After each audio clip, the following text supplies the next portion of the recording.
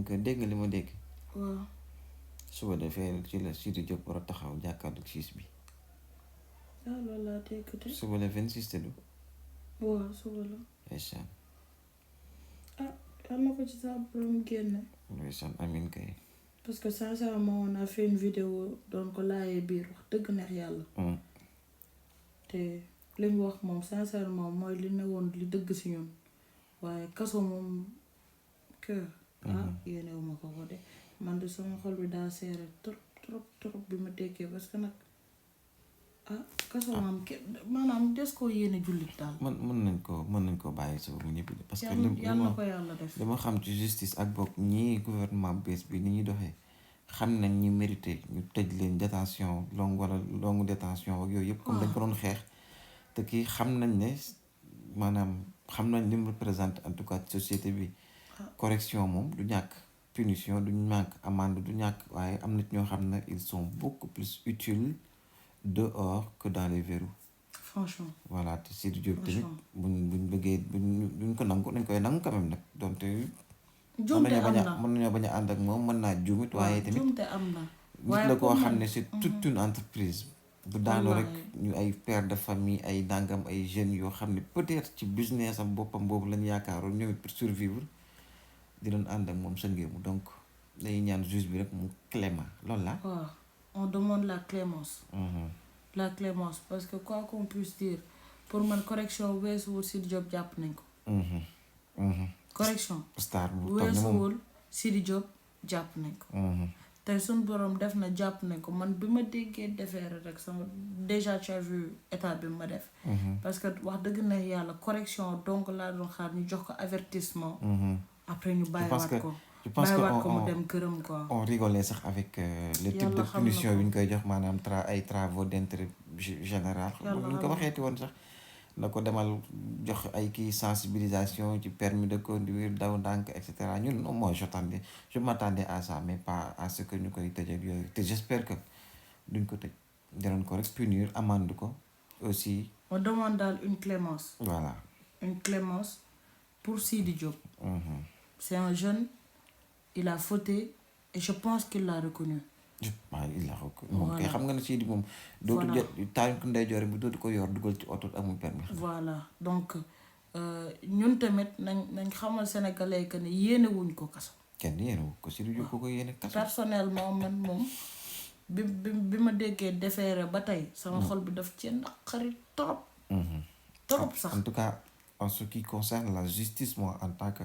koo xam ne yàgg naa xeex injustice ci dëkk bi yenn affaires yi bu mu amoon benn faveur bu mu président Ousmane Sonko wala boog ministre bi yor wàllu woowu justice boo xam ne dina ma ko may accordal ma ko dama naan ko Sidy Diop mi kat nañ ko bàyyi mu dellu ci activité am te liñ koy teg comme punition mu bañ ko yàqal dara ci li nga xam ne moom lay liggéey ay nit tamit ànd ceeg moom di ko liggéey parce que à ce qui paraît c'est des nit yoo xam ne dañoo am ay contrat ci yu bëri ci année bi yëpp dañuy signé ay contrat am ay kii yu ñu war a tëgg nangam ak nangam te bu ñu ko tëjee rek taxawal dafa bëri li mu yàq li war a yàqu dafay bëri lool trop sax wallaay kon nag moom rek entreprise la imagine tous ces contrats maanaam ñi ci jariñu ñëpp ci barke Sidy Diop donc ñooñu noonu ñëpp tey fi mu ne dañuy taxawal seeni business dañuy taxawal seeni affaire parce que juste seen leader par exemple ki nga xam ne moo gën a centré wu ci activité yi moom la suñ borom teg ay natt ndeysaan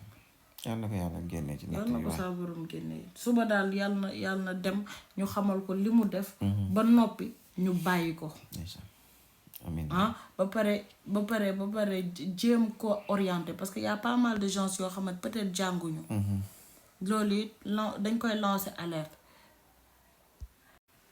bëri na chauffeur yi nga xam ne par exemple xamuñu code du koo jàpp rek tëj déedéet état bi war na mën a teg loo xamante ni wax dëgg neex yàlla je parle sincèrement loo xamante ni chauffeur yëpp la ñuy redressé waat ne leen lii mooy tableau nangam te du ñëpp ñoo war a dégg tubaab du ñëpp war a jaar ci école tubaab pour mën a xam lan mooy code mais bu dul loolu sax maanaam man je pense que sax bëri na ci nit yoo xam def nañ ay infraction du infraction bi yëpp ñoo mérité ñu tëj la kaso ko ràpp infraction bu ci nekk am na lu mérité ñii daan bi ñu la war a daan mën na nekk comme ni ñu ko waxee woon rek ay travaux d'intérêt général am na ñoo xam ne ay amende la am na ñoo xam ne avertissement yow da ci am solo mais bu ñu bëggee def comme ñu fi jiitu woon rek ku def kii rek ñu jël la tëj la te les vrais criminels nekk dehors di dox te vraiment Sidy Diop ko xam ne ce n'est pas un criminel.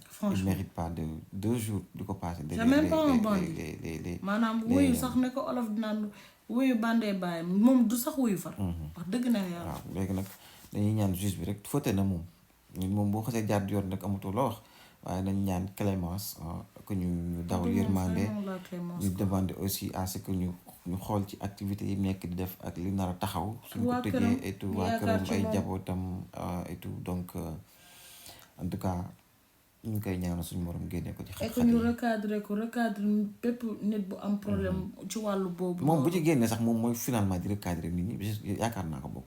ouais mais loolu moom nit bu influent la quoi. franchement nañ ci waxtaan ak genre na nekk loo xam dafa viral. c'est que problème permis lu important la. ci réew mi problème permis lu important la dañ ko war a def benn maanaam ni ñuy budgétiser lépp dañoo war a recadrer waat ñëpp. te ñu jëlaat suñu langue maternelle muy wolof. lenn lu nekk document boo war a jàng ci tubaab ñu war a xool ay experts yoo xamante ni dañ koy dimbale traduire leen ko en wolof. mais je pense que foofu amul problème parce que ñuy def permis dañuy jàngal booy yi bañ a xam lépp code de la route booy yi am na ñoo xam ne mos ñoo def les bancs te ñoo dàq dawal foofu ñoo la gën a xam code de la route. waaw loolu moom je pense que gars yi ñu ngi ciy liggéey léegi nag li am solo ba am solo mooy Sidy bu génne ci na teel a wuti ji permis de conduire bu ko wuti jee na dugg tamit xam ne faute na te faute boo xam ne responsabilité la ci moom mu conscientiser sénégalais yépp ci li nga xam ne à travers moom la ko yàlla jagleel muy sa voix na wax ak sénégalais yi ne leen bala ngay dawal da nga am permis te boo amee permis na nga dawal ndànk na nga respecté code de la route na nga respecté les sénégalais yi nga xam ne ñoom ñooy nekk ci tali bi te nga nekk danger boo yoree oto wala nga respecté les sénégalais yi nga xam ne ñoom nga yab sa ginnaaw boo nekkee transporteur loolu j'espère que Sidy Diop en tant que frère soo génnee di nga ci def liggéey bu am solo ba état bi xam ne carrément lii ñu la teg punition bi ñu la teg wala lu ñu la ci mën a teg bu ñu la bàyyee nga ñibbi obligation la ci yow nga conscientiser waat ñi xamul woon wala ñu ignorer woon comme yow ni nga ignorer woon li nga waroon def donc ci leen ñëmu di des bëriwu ci seconde. On demande toujours la clémence du juge. Et que ñu na ñëpp gën dem soutenir ko. Voilà qu'on aille le soutenir. ñëpp ñaanal ko. waaw te ñi mënul dem nañ ko ñaanal jàmm.